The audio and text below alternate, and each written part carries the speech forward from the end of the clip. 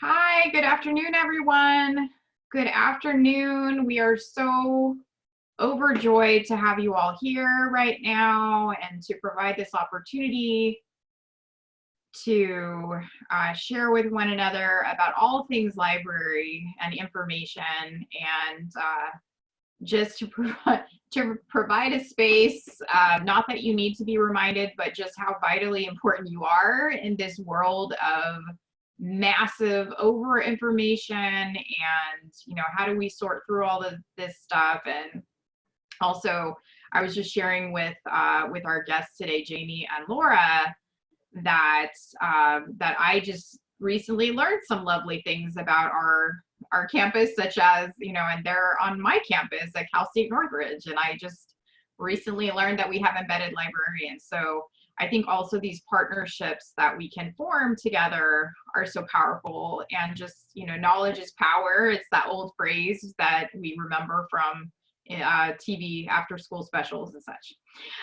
So without further ado, just grateful to have you all here. My name is Keelan Koning. I'm the communications coordinator for 3 CSN. I'm also a proud faculty member at Cal State Northridge in our English department, teaching university writing. And so library is, for all of us, is extremely important, and I feel it very much so in my classroom as we really try to support students in that very noble pursuit of knowledge. And so we started this library hour thanks to Lisa from Pierce College, our wonderful, amazing librarian. And we have been continuing, and people are excited about it. So at the end of all of this, we will be asking if you have topics that you might be interested in. We will be taking 1 week off next week, but we will be returning the week after, same time, same place, pretty much different link, so that we make sure that we don't have Zoom on. So we'll be having that conversation in a little bit. But anyway, want to just joyfully share, or rather invite Jamie and Laura to share about themselves right now, and then we'll get started. Thank you, ladies. Go for it. Okay, whichever you like.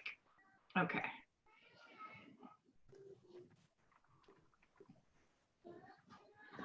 Hi, everyone. My name is Laura Wimberley. I'm the assessment librarian at California State University Northridge.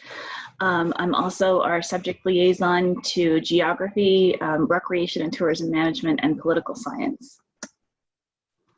And hi, I'm Jamie Johnson. I'm a research and instruction librarian at CSUN. I'm also liaison for environmental and occupational health, as well as being the University 100 coordinator, which I'll talk about in a little bit.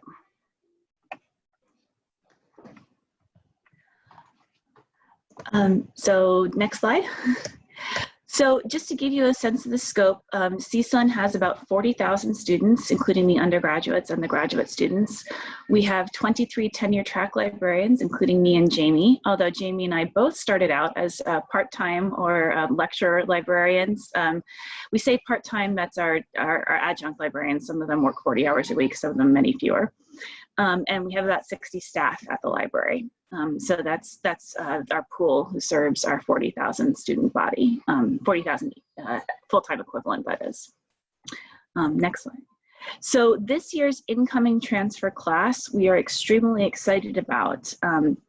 With the global pandemic, we and at the library and upper administration all over campus had been nervous about our incoming class. But actually, it's not going to be any smaller than normal. Our first-time freshman class admissions are down, but we have a new record high of transfer students. We have 6,863 expected incoming transfer students for fall 2020. And that's going to be 62% of our incoming class, of our incoming students for fall 2020. That's a record high. By comparison, fall 2019, 56% of our new students were transfers. So this is a shift for us. We're going to be serving more transfer students than ever before. You know, obviously the curriculum is going to be weighted. We're going to be offering more upper division classes. And so to meet this need, the CSUN library, last week we invited Esther and Marisa from Pierce Community College to present to all library staff and faculty to let us know, you know, how their library works, what the policies are, what kinds of information literacy instruction they offer, so that we would know, you know, what our incoming transfer experience is and what they expect from the library, so we would be able to reach them more effectively, because we have such a transfer heavy student body coming in. Next slide. The good news is that we do a great job serving these transfer students. We've really been meeting our goals for Graduation Initiative 2025, which is the California-wide legislative mandate to improve our graduation rates.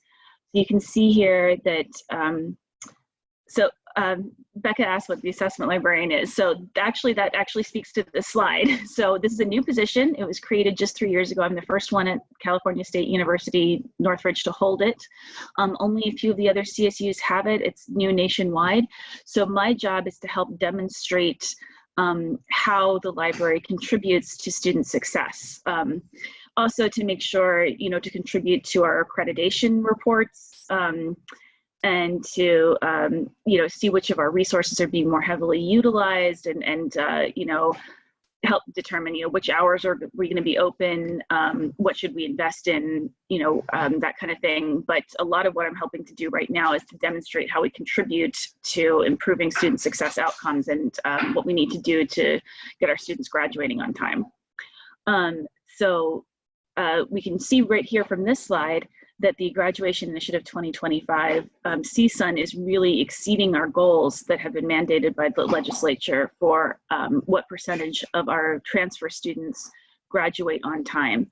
So for the 2-year interim goals, the latest data we have is for the class of 2017, and you can see that over 40% of them graduated in 2 years. You know, just the 2 years of their CC experience, and then another 2 years at CSUN, and over 40% of them finished up in the expected 4 years. And then how many of them graduated 4 years after they transferred from the CC, so 6 years total of an undergraduate experience to the bachelor's degree, and we're exceeding 70%. So we're meeting the goals and exceeding them. So we are serving our transfer students well, and that's really encouraging. So hopefully that means that these incoming transfer students are going to graduate on time, or at least relatively quickly, and get their degrees, and the library is going to be here to support them through that.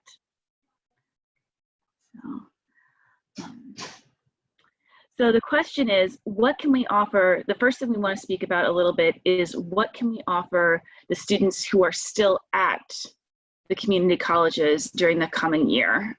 How can we supplement your offerings while they're still enrolled at the community colleges?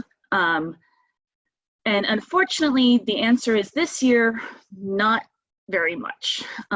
In past years, we've welcomed community college students into the OVIAT library. And this year, with the physical collection completely locked down since March, our sharing capacity is limited over the summer. We will continue to have the building physically closed during the summer, and all of you know that we can't share access to our subscription resources to non-CSUN affiliates. We can't even share them with our other CSU affiliates because they're not able to log in. So right now, I'm sorry to say that we can't share very much. Next slide. We are hoping to reopen the building in August when the fall semester starts. It is currently being decided who will be invited into the building when we reopen, whether we will be able to reopen the building to students other than those enrolled at CSUN. There are a lot of stakeholders with a lot of competing interests in this. yeah, libraries are very important social spaces, and we recognize that we have resources. You know, we just have a bigger physical collection than any of the community colleges can individually support, and we would very much like to be able to support our future students and the current students at the nearby community colleges, and we want to do that while also maintaining the necessary pandemic control protocols. So this is currently under debate. We don't know who's going to be invited into the building, or what capacity we're going to have. We don't know how many floors of it we're going to open. Our main collection, we have the first floor is mostly a study space and computer lab space. We may only open that. The main collection is housed on the second, third, and fourth floors, and that may only be available for paging. There's lots of stuff being discussed currently. So we don't know what we're going to be able to offer in the coming year. And I wish I could offer more than that. I'm sorry. We will let you know as soon as any conclusions are reached. Okay, so I'm going to pass the mic over to Jamie at this point, and she's going to talk about what we hope arriving transfer students know already. Thank you, Laura. So when posed with this question, and when Laura invited me to speak with her to you, one of the things we were thinking about is one program that I'm the coordinator, at least the library coordinator of, and that is a University 100, which is a freshman seminar course. About a third of all incoming freshmen take this course, and it's built with it's meant to be an introduction to the campus. So they have campus partners all across, and the library is one of those campus partners. And luckily, I get to coordinate with them, and we get 2 shot sessions. So I get to see each University 100 course 2 times. In the fall, it's a much larger program. There's about 65 courses in the fall, and usually about between 8 and 10 in the spring. So for these 2 shot sessions, the first, session 1, are student learning outcomes. And these are going to all sound very familiar to you. They're probably very much similar of what you're teaching. So identify key library resources and services, identify characteristics of credible sources, and critically examine sources to determine credibility or bias. So how do we achieve this? Well, to identify key resources and services, we actually have an audio tour. And some of the key resources and services that we want to make sure students know is library hours, computing equipment, laptop checkout, mobile hotspots, chargers, study rooms, printing, the creative media studio, and the list goes on, right? Reserves, Ask a Librarian services, and to know that guest services is where they go to check out a book. And we achieve this by the self-guided library audio tour. I actually created the audio tour last summer. It is of the first floor only, so students can go through, and the link is in here, so if you want to visit it later, you can see it. We have them go to 8 different stops, and in those stops is about a 1.5 minute audio, along with the transcript and relevant links to all of those areas. Our hope is to expand the audio tour to be to include the other floors, but until we kind of know what services are going to be available to students, I think I'm going to pause that and focus on our virtual resources. And we also achieve this by having students complete a pre-quiz where they get to learn about the layout of the library's website. You know, library websites can be tricky sometimes as far as finding the hours, finding the Ask a Librarian, finding the Libguides or the databases. So I think it's important that students take this quiz just so they can understand the layout of the library's website. And then, of course, during session 1, we begin it with a Kahoot quiz, and students always love these quizzes, so it's always a great icebreaker and opener to get to know the library and to test them to see if they remember. So to achieve the Evaluating Sources SLO, I actually have an activity that I have students complete where we're fortunate enough to have a nice library lecture room where students sit in groups of 4 or 5 at different tables. So I have half the students read one article, half students read the other article, and then they go in and they evaluate it to determine if there's any bias. So links to these articles are on the U100 Libguide, and I actually print them out a worksheet. So I developed this worksheet. What you're looking at here, it's supposed to be a foldable worksheet. So this first half here is the back, this is the front, and then they go through and they answer these questions on their article to determine if there's any bias. Okay, let's go back. All right, so that's library session 1. Library session 2. Our SLOs are being able, for students to be able to brainstorm keywords, develop a search strategy, use library resources to locate at least one periodical or book on their topic, and to understand how to evaluate, synthesize their sources for their annotated bibliography, and understand the importance of citing their sources. This is a classic basic library lecture. I don't get to do as many fun stuff in this lecture as I do the first one, but I did also want to link you to another worksheet that I have them work on. So again, like the first worksheet I showed you, this part here is actually the back. It's supposed to be foldable. And then they get to learn all about the rules of annotated bibliography. You know, they're supposed to be double spaced, hanging indent, and then a sample of the citation in MLA and APA. So regardless of which citation style they're using in their class, it's just one worksheet, and they can pick which version they're going to be using.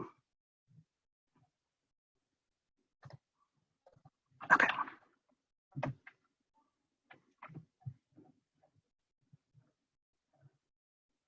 So go ahead, Laura. Oh, sorry, I wasn't sure who was. So when we met with Marissa and Esther at Pierce, we sort of learned, you know, what do we have at CSUN that they don't have at Pierce, and we love your feedback on this. But these are the services that we learned we probably should highlight to transfers, even those who were very well prepared in the information literacy instruction and experience with the library that they got, that these are the services that we have that they might not be familiar with. So our tech services, we have scanners, we have a creative media studio that Jamie already mentioned, where we check out all kinds of things like video cameras, GoPros, green screens, microphones, anything students might need to create their own audiovisual media. There's also a bunch of 3D printers in there they can use.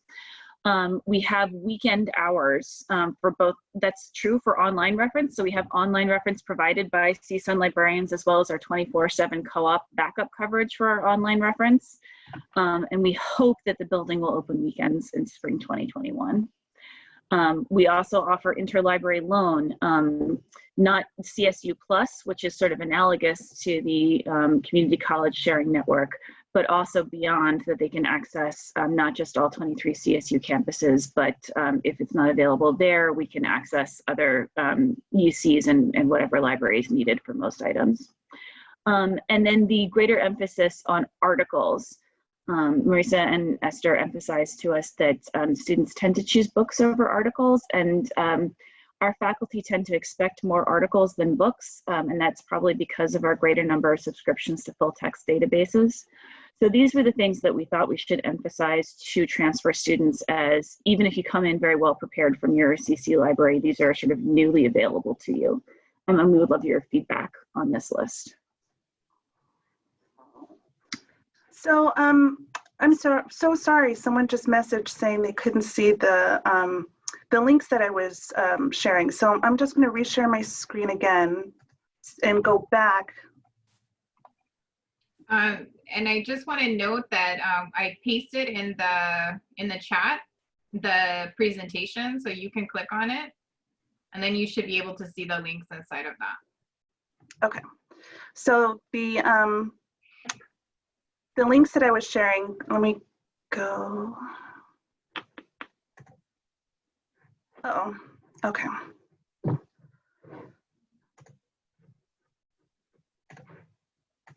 All right.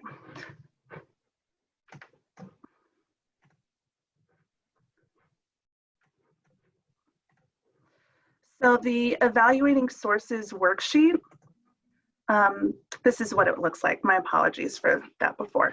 So this is the foldable workbook, and it's just double-sided. This over here is the back, and this would be the front page. So as students are reading through their article, and I try to choose really short news articles because freshman students aren't the fastest readers, right? So I have them quickly read the article and then answer these questions so they can, you know, check out the headline, and then here's the inside of the workbook. So they go through, they answer the questions, and then at the end, since the tables each read 2 different articles, we have them compare them against each other, and that's what this back part is. And then I just wanted to share the annotated bibliography worksheet, which is this one. So again, this would be the back, this is the front page. They get to learn about everything they need to include for their citation and things that they need to think about for their annotation, as well as general rules. And then here you have the sample of MLA and APA. And then I just ask them, you know, leading questions. So typically I just want to say in general for U100, the end product of what they're supposed to be producing is an annotated bibliography. And then in turn, they turn that into a group presentation. So the general skills that we're looking for transfer students would be to be able to complete an annotated bibliography, understand citations, and then in turn, you know, be able to present that information, whether that is a group presentation, a single presentation. We're definitely looking at how we can adapt that in the fall, since everything will be online learning, of how we can make that more interactive for students, but also not as pressured as putting together a group presentation when, you know, you're going to be from home. So just gonna go. Okay.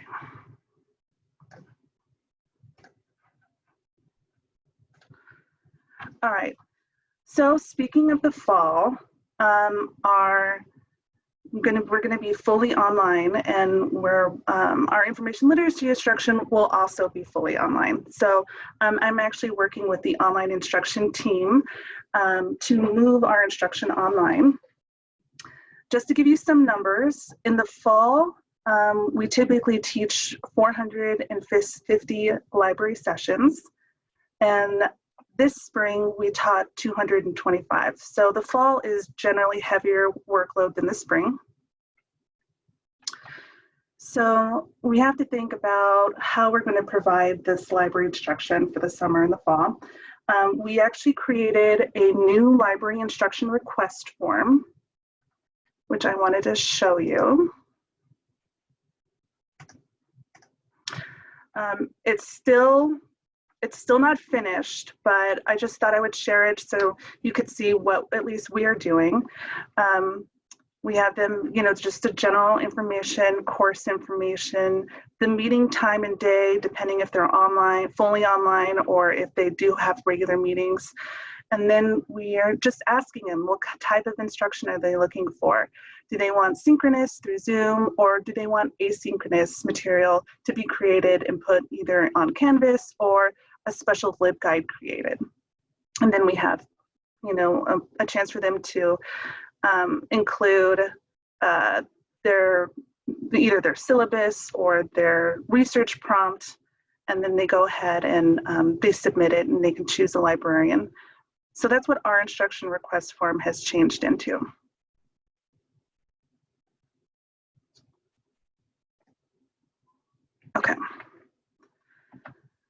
So synchronous, right? We can have Zoom meetings like this, very typical. Asynchronous, Libguides, video tutorial, Canvas modules, and we're also creating a Canvas library site. We actually started with creating Canvas modules about a year ago. And then when I had to transition actually all of my library instruction online for the spring, I went with that model of using just modules. I put them in Canvas Commons, and professors were able to, to upload that module into their course. Now, that model isn't really, we determined isn't going to work for us in the fall. So we thought we would create a library Canvas site that students can self-enroll. And then they have the opportunity to either earn badges or to find their course. So currently, this is what it looks like. We're going to have also feature new student orientation, which will also emphasize to for transfer students. So not only just new student orientation is going to be for everybody. And then we have here find your course modules. So for U100, I'll be having my students go there. Or if instructors don't want a module created for them, they're fine with the library badges, they can go ahead and go in and earn their library badge. And then once they're done, they can take a picture of their badge, and that will be their proof of completion. So here's just a couple of examples of what we're thinking of. The shell is now built. Now we just have to build the content. So once they go here, they can find their U100, they can go to their English courses, or if again, there are those library badges available. And then I thought I would also, I can exit out here. I can show you here what that looks like. So earn your library badge. And then here's so far the badges that we're thinking of: avoiding plagiarism, be a better researcher on Google, evaluating sources, and finding sources.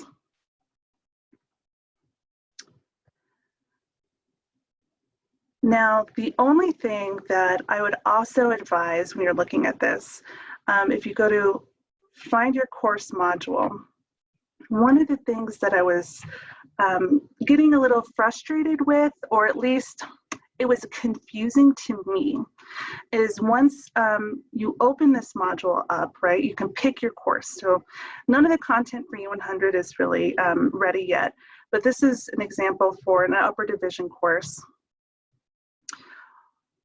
Is it really just starts and it goes into the module, and it starts with the content. And most, I think, of our students are comfortable with, you know, clicking next and figuring out what, how to navigate through the module. But for me, it's just a little, I think I would be frustrated as a student not knowing the layout, not knowing what's coming next. So one of the things that we're thinking about is, instead of it opening up to the module with the content right there, to have an area where you can show, to give a preview, like this is going to be a 30-minute module. You're going to be going through all these different steps, and just give them a preview of what they're going in, instead of just opening it up to them, if that makes sense. Okay.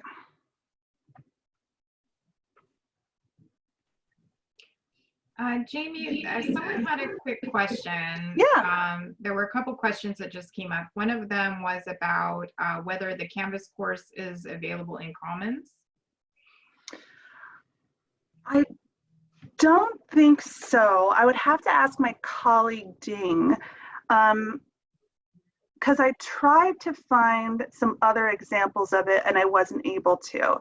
The whole idea of creating a self-enrolled Canvas site actually came from a different area. I know that I think the Learning Resource Center on campus is doing one, but my first introduction to this was the Career Center. So the Career Center has also a self-enrolled course. Okay. Okay. And then Rita had a question about the badges. She wanted to know if those were available on Canvas Commons. I think there are some requests from people. Basically, this is an indirect request to make your awesome stuff available to everybody. I think that's, you know, the indirect request is, am I right about that? I think so. So what is available in Canvas Commons is yes. The quick answer to that is yes. There's actually a lot of amazing stuff in Commons right now. If you go to Commons and you just even type in OVIAT, you'll see our modules that are there already. So your finding sources, your annotated bibliography, you can see the U100 library session 1 and session 2. It was put together really quick. And some of other things that we have here. So yes, there is a lot of amazing content that is already available in Commons. I'm sure people are happy about this. This is very good.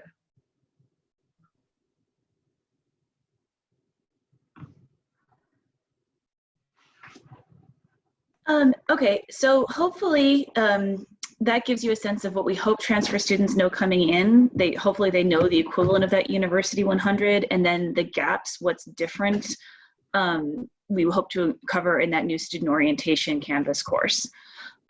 What we don't expect them to know, what we expect to teach them when they get here, is covered in this upper division instruction.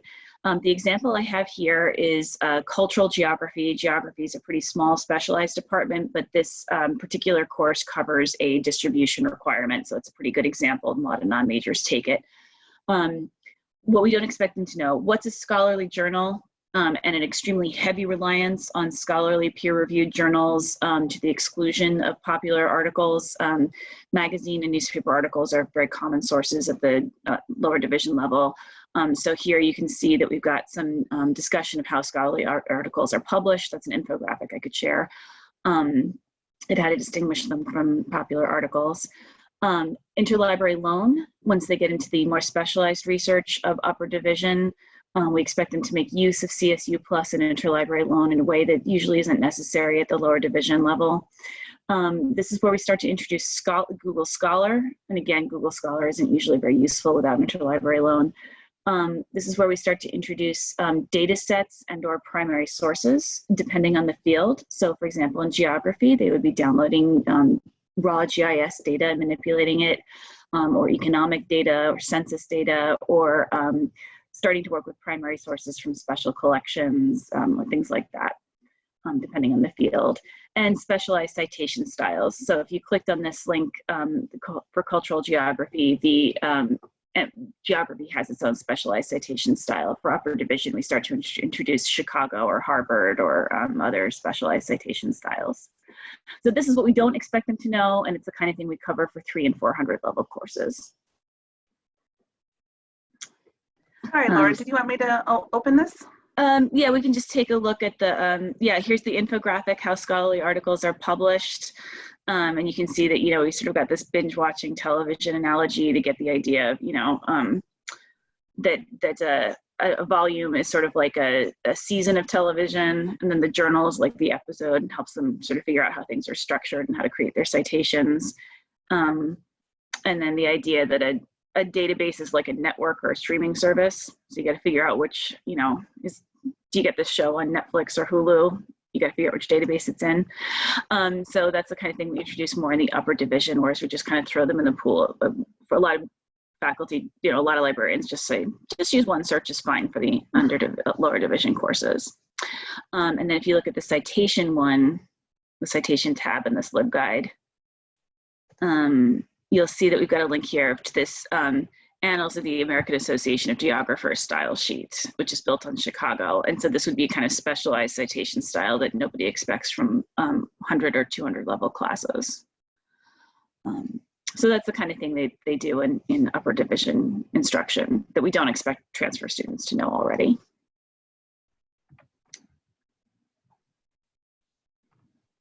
So now we're ready to sort of turn it over for group discussion. A lot of you in the community colleges have more experience than we do in fully online instruction. You've been offering fully online courses for longer than we have. We have a smattering, especially, but those are mostly for graduate students in the Seng College and our extension learning. So we're interested in how you're handling fully online instruction and reference, and we're happy to answer any questions.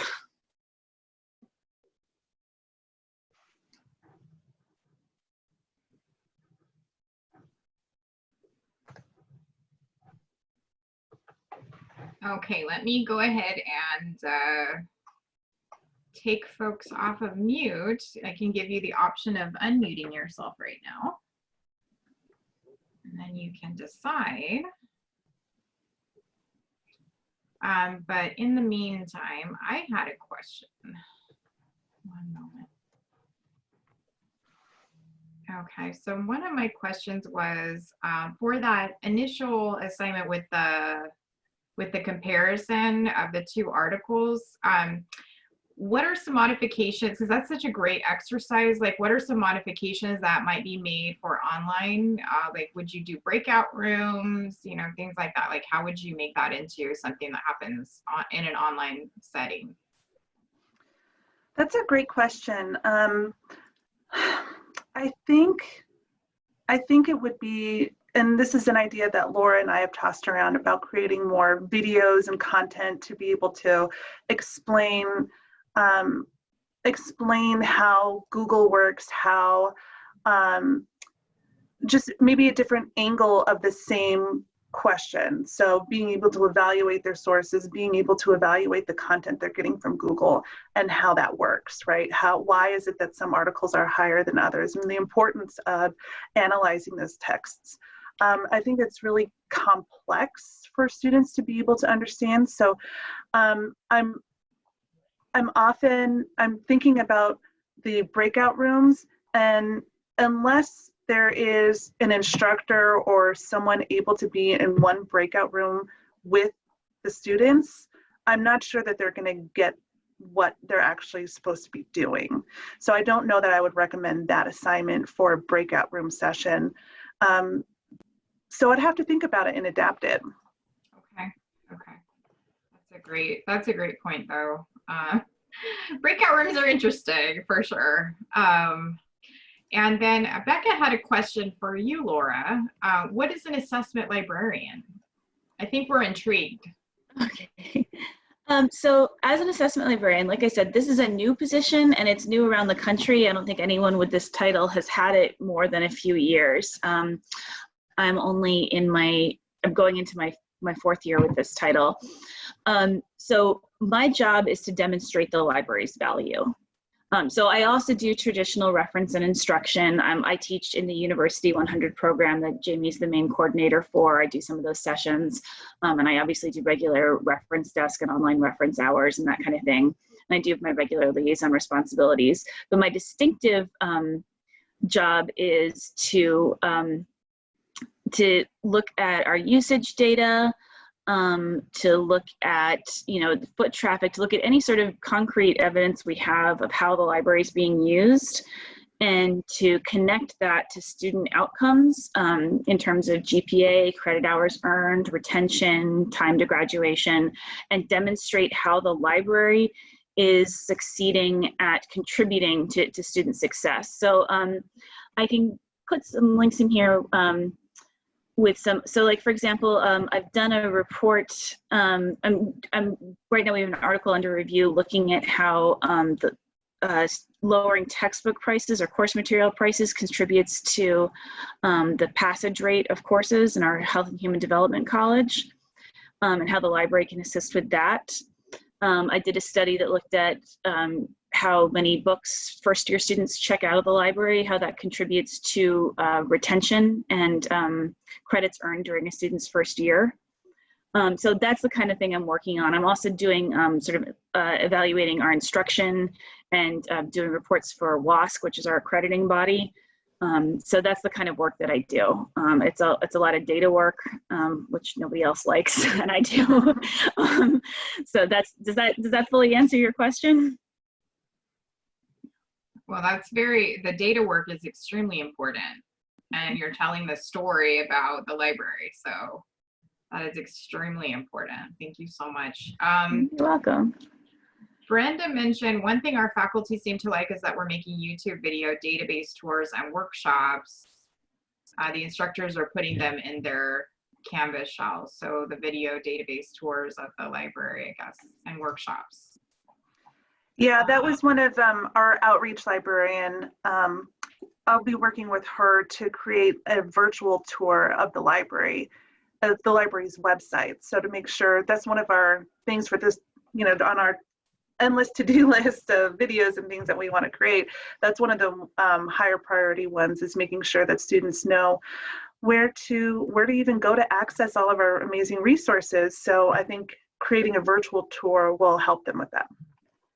I think that would be a cool topic for an upcoming session. Like, does that sound like something that people would be interested in? Like, how do we kind of, create, like, how do we use the technology? What are people doing? That may be interesting. Mario asks, how do you use infographics, if at all, assuming that they're not supposed to be decorative? So Mario, actually, this is interesting. Jamie and I have co-authored a book chapter that is forthcoming on infographics as an information literacy instruction tool. Wow. One of the infographics we used to teach that, we used to teach with as an example in that chapter, is on the geography Libguide that I used before. So if you go to that link, you can see one of the ones that I use is the one that I talked about, to make this analogy about how scholarly articles are published, and to draw the analogy to binge watching television. And I found this to be pretty effective. I've got two versions. This one uses Marvel's Agents of S.H.I.E.L.D. and the other one uses Star Trek Discovery. And they each get about an equal recognition rate among the students. So that's one option. We also did one on infographics for creating an annotated bibliography. Do we have that one online handy, Jamie? Is that available currently? I'd have to look. Let me see. We have an internal use only Libguide, so I don't think we can share it. That has all of our infographics, so that our librarians can pull from that as they create their Libguides. So I think I can't post the link in chat, but Jamie can probably screen share it. Let me see if I can find it real quick. And all of those, what we do to make them accessible is that there's a show hide text only, where we create a text equivalent of the infographic. So it should be readable by screen readers or by people who can't parse the text. We try and make we try and work on making the colors high contrast, for example, and make the infographic as accessible as possible, but there's always a plain text equivalent for people who need that as well. Oh, thank you. Yeah, I think that was what I was looking for, because your infographic looks amazing, by the way, and I love the analogy. But sometimes I hear from the distance ed people that if it's a real infographic, right? So you answered the question though, like, so you go into the alternative text and you type out the equivalence of the infographic within Canvas? Yes, so you'll see at the bottom of the infographic on that link, it says show/hide infographic text, and it will pop out another plain text table. Oh, gotcha, that has all of the content as a plain text option. And that's been determined by our specialists to constitute ADA compliance, and it's readable by screen readers. And is that a widget within Libguides, or is that something that Canvas does too? That, it's within Libguides, but I think that, I don't know if Canvas can do that. Jamie, do you know? Canvas can. I've done it. And I can't find the annotated bibliography one at the second. I don't see it in instructional assets. But these are all our other created different infographics that we've created here.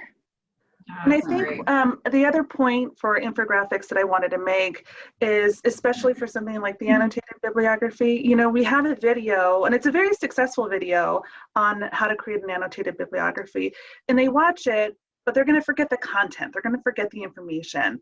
And I don't know about you, I don't like rewatching videos over and over again to get that content. So I really like the infographic because then they can have it on, you know, a secondary screen, or they can have it on their phone, and while they're typing, they can see, okay, these are all the things that we need to be including.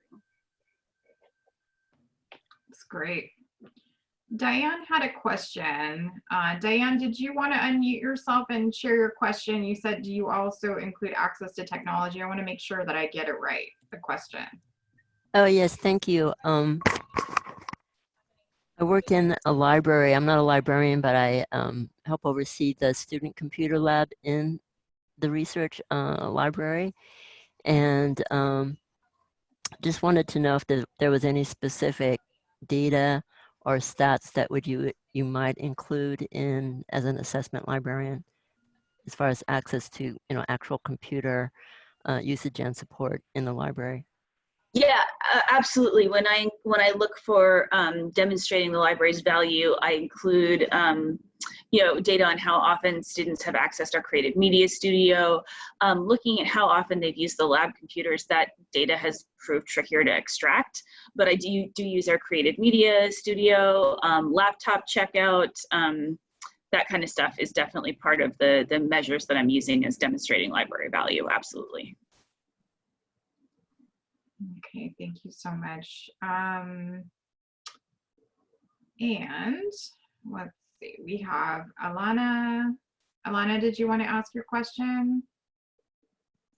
Oh, it's going back to the Libguide that you had with the examples. Your internal one is actually private. So if you do share the link, if you don't mind sharing the link in the chat, we can actually view it. If it's unpublished, we would. Got it.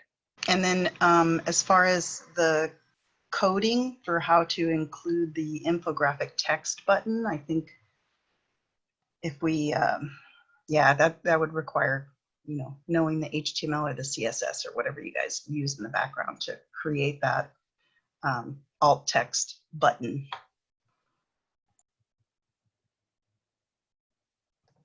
Yes, that is correct.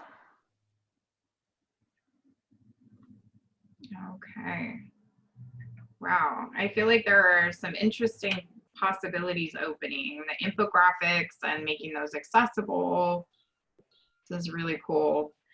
I had a question, you know, just thinking about these partnerships between the CSUs or universities and the community colleges. So what kind of discussion happens between the campuses? It seems like you all are quite familiar with the Pierce librarians. So I don't know, Lauren, if you might also want to join in, and Lisa, but you know, any of you, just how do we partner to really support the transfer students? How do we prepare them on the community college side? And then how do we make that bridge? Because, you know, like the Oviatt Library is extremely large and a little bit scary. I mean, for some students, I remember a student that I literally walked her to the library because she had a phobia of the library and she had never been there. And so I walked her there, you know, so just thinking about, I mean, this space of knowledge, right? So I don't know if you all can speak to that just a little. Well, this is Lauren. I don't know that we've done very much in the past. I feel, even though this came about kind of in a different way, but we've gone over to CSUN, Pierce, and some other Los Angeles area libraries to see, to learn about OneSearch, I mean, Alma and Primo, and the whole migration process. That was about a year ago that we went over there. Yeah, 2 days or 1 day. So, you know, we made some technical connections during that time. It wasn't as much on the teaching part, but I think this is great. Personally, Yeah. I feel we're doing a good job at least my thinking on at least giving the students the skills that you're wanting to see for transfer students, and we're even doing some of the higher level skills depending on the classes. So I'm happy to see it, to at least feel that we're kind of at the level where we're preparing students. I know when I'm teaching instruction sessions, it's not so much anymore, but I often point out when I'm going to that list of databases saying this is going to be the same, you know, no matter like what college library you're going to, they're going to have a list of databases. So kind of like the same concepts. But now that we're even using OneSearch, and we've branded it OneSearch Primo brand search. We've branded Primo as OneSearch for the community colleges, and I know that's what they use for the Cal States. That just puts that one more piece together for them. So it's much easier for students. They already will have the familiarity of our databases and OneSearch. So it's just kind of access to a lot more databases and a lot more within OneSearch than what we have. Yeah, that's really great. I'm just kind of thinking about, like, you know, when you go from one system and into another system and you say something like, oh, well, you should definitely go talk to so-and-so at that campus if that's your major, you know, things like that. I'm just wondering like what campuses are doing to give that, because I think this is a wonderful opportunity in a way. If we're online, then it's like an opportunity for us to be able to really like maybe, you know, partner in ways that maybe were a little bit more challenging, maybe not, I don't know. But I think I personally am learning so much about my own library I didn't even know. So I'm pretty excited right now. But just thinking about like, how do we connect students who might be, because as I think you pointed out earlier, with transfer students, a lot of times there's an expectation that transfer students are already like, they know what's up, right? But at the same time, you know, we have such a large number of them coming into the institution, and that may not be the case, but freshmen sometimes get a little more attention in terms of that transferring, right? Because it's like, oh, well, a freshman really doesn't know, in quotes, right? But a transfer student already has that familiarity. So I think this is an exciting opportunity for us to think about all of this. But Brenda brought up a wonderful question. She wanted to know what other community colleges are doing to reach out to faculty and students during this enforced remote instruction. And so I'm wondering if folks could perhaps kind of share a little bit about that. And then maybe if we can think about, you know, also the Cal State as we're talking about that. Okay, so Rita says at East LA College, we emailed all professors who had booked a one-shot and offered to do Zoom orientations. We also created asynchronous lesson plans for those who couldn't meet on Zoom. We've also been sharing our quick tips links to faculty chairs every few weeks. Okay, so I mean, there's a lot of like connecting to faculty, because I was just talking with Jamie and Laura about the fact that I just learned that we have embedded librarians available on our campus. I didn't even know about that. So I think it's important for us to be having those conversations. It was so uncertain recently, right? What was going to happen and if we were going to be online. And now that we know that most of us are going to be online in the fall, we have a little more ability to have these conversations about how we're going to do that. It was a bit of a challenge. Okay.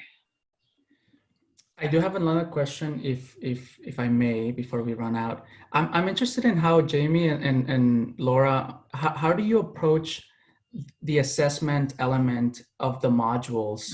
Like, how do you design the questions? How many questions? How complicated? And how do you deem it? I mean, like, what does it take for a student to finish the questions and therefore get the badge? And if do you go into the questions and you analyze like the responses, or like how do you reflect from the assessment of, and now that we're all going to be online, right? So all of the assessment data is going to be. Yeah, I've been creating like I've had a pre-quiz for U100 for a number of years, right? So every year I go through and I assess that information. Before with the pre-quiz, it used to be a flipped classroom approach. So they were learning about evaluating sources and their annotated bibliographies and learning about all these things. But when I assessed it, I noticed that they weren't really watching the videos, and there wasn't that much enforcement as far as like picking a correct answer. Sometimes people were really, students would go through and just pick anything just to get it done with, right? Mm-hmm. So that's when I turned the pre-quiz, instead of it being library focused as far as like information literacy focused, I changed it to be a little bit easier for students. So that's why they're doing like the virtual tour of the library. It's content that they're going to get somewhere else anyway, but they get, and if they don't want to do a great job on it and they just want to click through, they can. So those are some things I'm thinking about as I will be creating the modules. Currently, I kind of like the discussion feature better than a quiz. Over spring, I opted not to do a quiz and I had them do discussions, and that was very valuable for, like, I could see the value in that. And they were very thoughtful about the research process. And so I kind of like that model better, of using a discussion instead of a quiz. And as far as assessment of the modules, at the end of each module, we actually have a Google form for students to rate the module. So they can go through and rate it and give us feedback. Oh, nice. Thank you for that. Yeah. Sure. And I just wanted, Laura just shared in chat another way that we try to connect to students and to our faculty and staff is we actually created it's called the We Are the Library video. So it's just an outreach video for just letting all of our campus community know that the library is still there for them.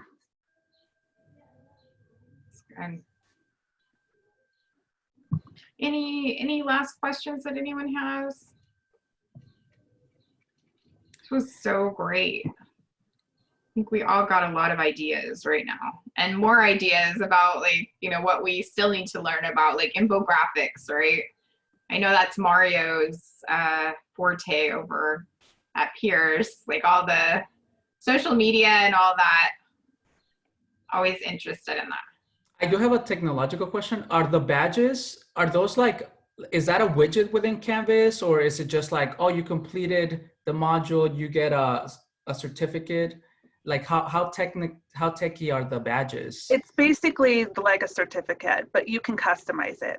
So you can say, you're a savvy researcher or something like that, and create your own badge and your own graphic. And then the point of that is just to have students, since it is a self-enrolled course, right? Students would just take a picture of that and send it to their professor. Oh, I see. And then another thing that they could do is at the end of because we're trying to think about this too for new student orientation. I typically have students do new student orientation things for U100, right? That's basically like the first session. So I'm going to have a prerequisite on my U100 module that they must complete the new student orientation before they even can start my module. So there's some interesting things you can do with that as well. Oh, that's a good idea. So we are coming up to the hour. We want to be mindful of everyone's time, especially Jamie and Laura. Thank you so much for being here. We may reach out to you again about some infographics, especially since you two are experts on this. That would be so cool if we could hear a little more about maybe how you're designing them and things like that. We are so grateful. Grateful also to Lauren, who brought this to us. And we're just like super thrilled. And Lisa, who made this all kind of happen, along with Jessica Christo, our network director. So if you want, you all can save the chat because there are some cool links in here. So if you click on those 3 dots above the chat, you can, or actually next to where you would be chatting, you can just save that chat so you have those links with you. And if you have ideas about future sessions that you would love to see, please email us at ask@3csn.org. Okay. And we will be responsive to you. We are really grateful for all things library. We honestly should not be doing anything without the library right now. We need the ability that you all bring to the table. So thank you so much. Have a wonderful, wonderful day. And Mario said maybe the library science courses can partner directly with CSUN or other partnering campuses where students are transferring to. Yes, that's a really good idea. All right, everybody, so take good care. Email us if you have questions. We can also get questions to Jamie and Laura if you email us there in case you have some questions about anything that they shared. And we'll be seeing you all in 2 weeks. So take good care. Bye-bye. Thank you so much, Kellen. Thank you for coordinating. Thank you. Thank you for having us. Thank you, everyone. I appreciate your time. So grateful. Bye-bye. Thank you. Bye. Thank you.